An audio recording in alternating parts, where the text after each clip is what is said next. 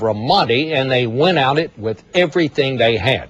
Suicide car bombs, rocket-propelled grenades, and automatic weapons.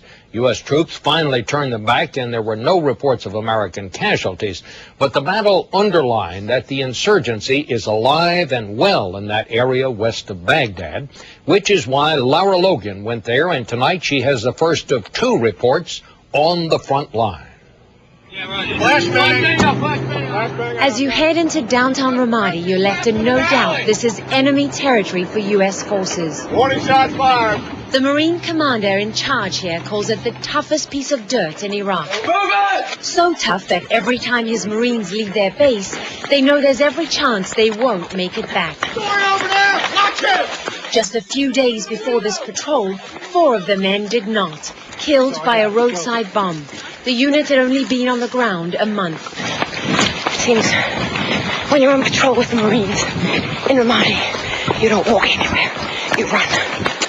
They take cover from snipers where they can and constantly keep moving. Would you call this a regular patrol? This kind of movement, this kind of run around, strong point and checking everything, this is normal. This is business as usual. Captain Delgadio is only 30 years old, but he's been a Marine for 13 years, and he's on his 3rd tour of duty in Iraq. That experience counts as he leads his men along these tense streets to a house they believe a suspected insurgent lives. The family don't seem at all surprised when their home is suddenly invaded by the Marines. That's something you have to get used to when you live on the toughest piece of dirt in Iraq. Any weapons we can take off the street?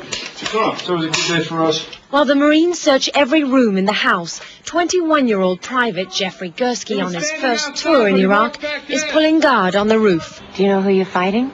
Yes and no. Like, you'll have some guy shooting at you, and like 5 minutes later, that same guy could be walking on the street like a regular civilian. You would never know he was the one shooting at you. That's gotta be tough. It is. Back inside, the Marines are trying to calm 2 young boys they brought here from the next-door house after detaining their father. And nothing the Marines offer seems to help.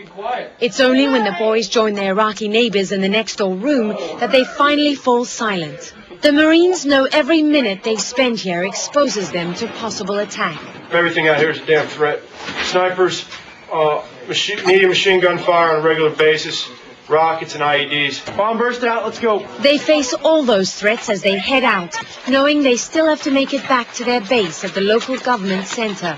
The journey is just as tough and tense. Spread out!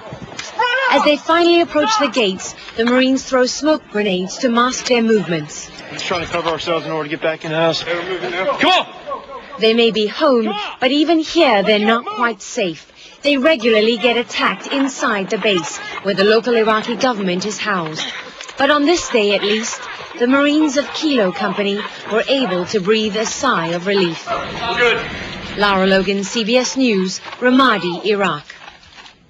Lara, who's also a pretty good cameraman, shot a lot of those pictures herself. Part 2 of her report tomorrow night.